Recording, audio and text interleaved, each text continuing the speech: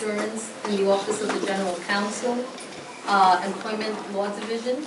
Lisa has a bachelor's degree, a baccalaureate degree in English from Union College, and a JD from New York Law School, where she specialized in civil and employment law. She has served on the Yonkers Human Rights Commission and is currently on the board of Girl Be Heard, a not-for-profit theater collective committed to the empowerment of girls.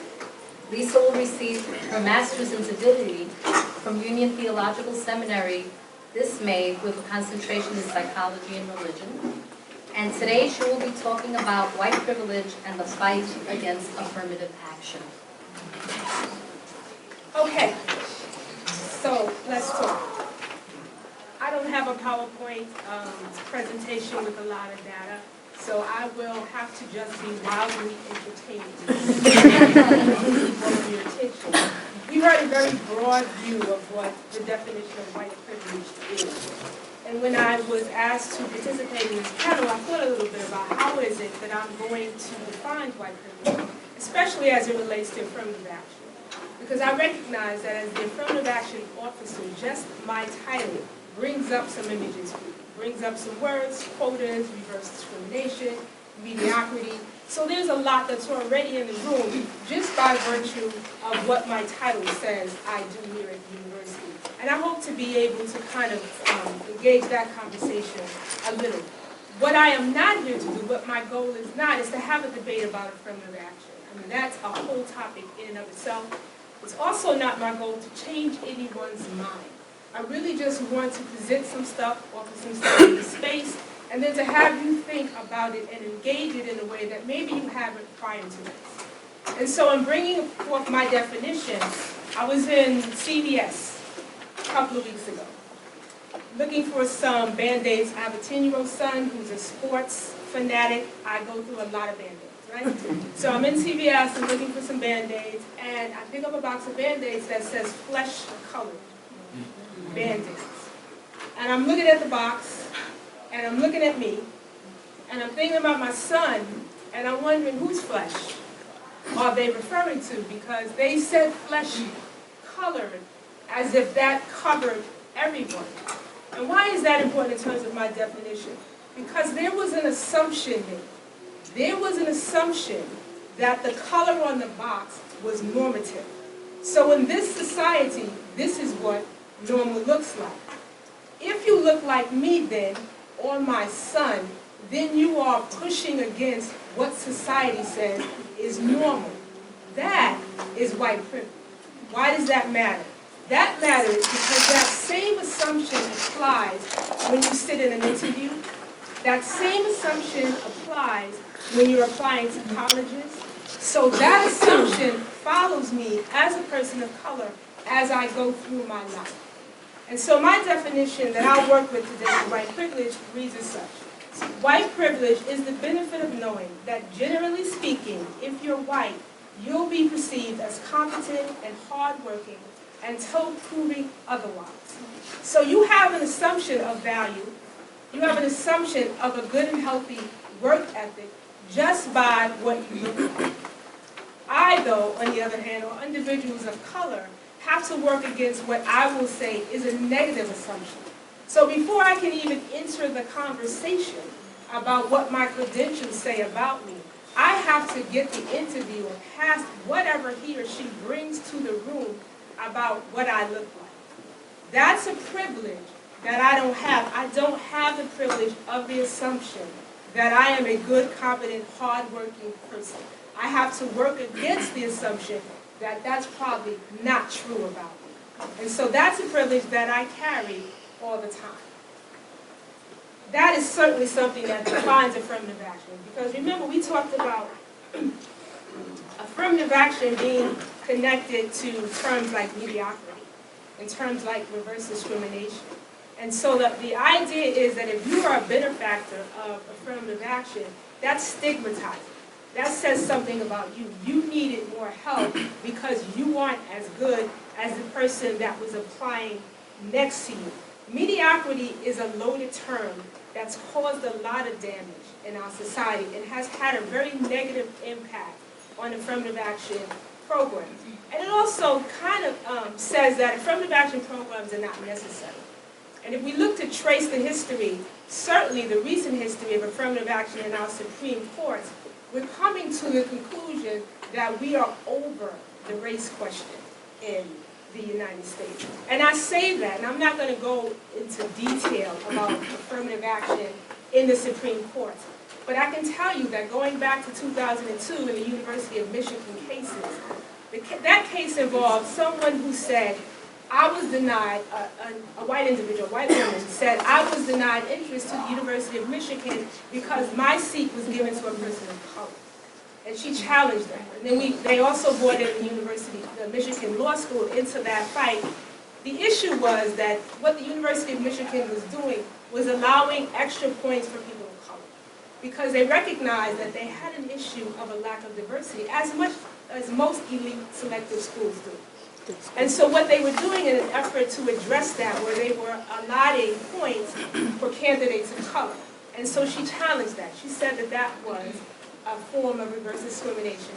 And that went to the Supreme Court. The Supreme Court said, we still believe there's a compelling interest in diversity in our institutions. So in order for there to be focus on race, you have to be able to prove that it's compelling, that it's necessary, that there's no other way really to remedy the issue of diversity or lack of diversity in our institutions. So the Supreme Court says, we'll let you do it. Watch it though. The only way that you can continue to do it is you must be able to prove that there's no other way that you can come at the diversity question than to allow points. So if there's any other way, and we have a lot of states that came up with other programs, they did the talented top 10 programs to address, how do we get people of color into these elite institutions. We're finding that those programs have not been as successful. But what I thought was interesting about the affirmative action Supreme Court decision was that Judge O'Connor, who wrote the majority opinion back in 2002, said, I'm going to paraphrase her, said something like, we're going to give this about 25 more years, right? 25 more years, we won't need affirmative action. My question was, is that because in 25 more years we're going to be done with the race problem? And she didn't make that clear, and I didn't see that 25 years on that horizon, that we were going to make so much progress, that this did become an issue. But that's what she said. And then recently we have now another Supreme Court case, Fisher. Again, the Supreme Court hasn't dismantled affirmative action. They're chipping away at it, a little at a time. But more important, I think, than the particulars of the affirmative action Supreme Court cases, certainly for our discussion today, is just the amount of attention, the amount of reports and books and conversations and dialogue that we're having about affirmative action and what they're called the quota system, and you giving points, and it's time for us to get all past that. And there was all of this outrage about that. Nobody, though, talked about the fact that University of Michigan, as well as every other elite university in the nation, has what they call legacy admissions. Anyone hear of legacy admissions? You familiar with? So legacy admission pretty much says if you have a parent who was an alumni, you get points for them. In much the same way that this institution was allotting points for candidates of color. There's no outrage about the legacy system. There's been, and I researched it, one case about the legacy admission process. I don't read it in the paper. I can at any given point pull up an article about affirmative action and how it's destroying our institutions, how it's destroying our employment processes. Legacy is not touched at all. Let me just give you a little bit of information about legacy admissions. And this comes from the September 22nd, 2010 article from the Chronicle of Higher Education. So I'm going to admit that that's a credible source. This is what they say about legacy. It says, while some colleges and universities try to play down the impact of legacy preferences, calling them tiebreakers, research from Princeton's Thomas Estefan suggests that their weight is significant, on the order of adding 160 SAT points to a candidate's record.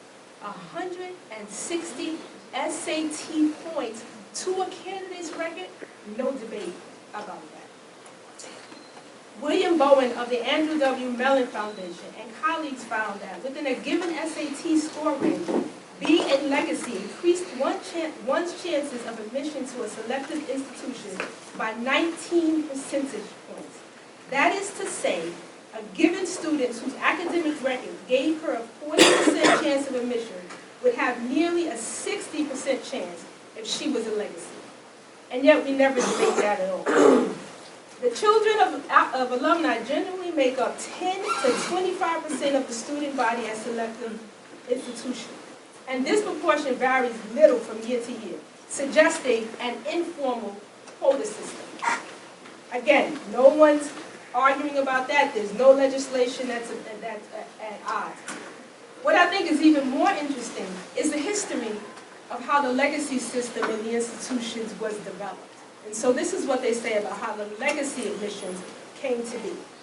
In fact, as Peter Schmidt of the Chronicle notes, legacies originated following World War I as a reaction to an influx of immigrant students, particularly Jews, into America's selective colleges. As Jews often outcompeted traditional constituencies on standard merit criteria, universities adopted Jewish quotas.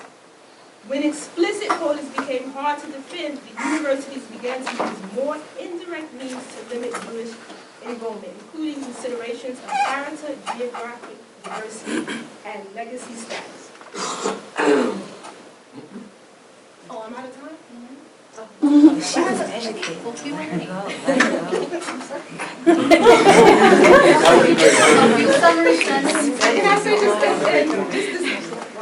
to sum up really quickly, I was going to say that the largest benefactor of affirmative action programs are white women. And that's something that most people don't know. Again, it's not something that's ever in the dialogue when we're talking about dismantling affirmative action programs. It's always about people of color. The biggest benefactors of the affirmative action programs are white women. Can I just say one more? This is from Henry Louis What's it called, the legacy? He pointed out, if affirmative action policies were in place for the next 100 years, it's possible that at the end of that time, the university could have as many mediocre minority professors as it has mediocre white professors. This isn't meant as an insult to anyone, but it is a simple observation that white privilege has meant that scores of second-rate white professors have slid through the system because their flaws were overlooked out of solidarity based on race.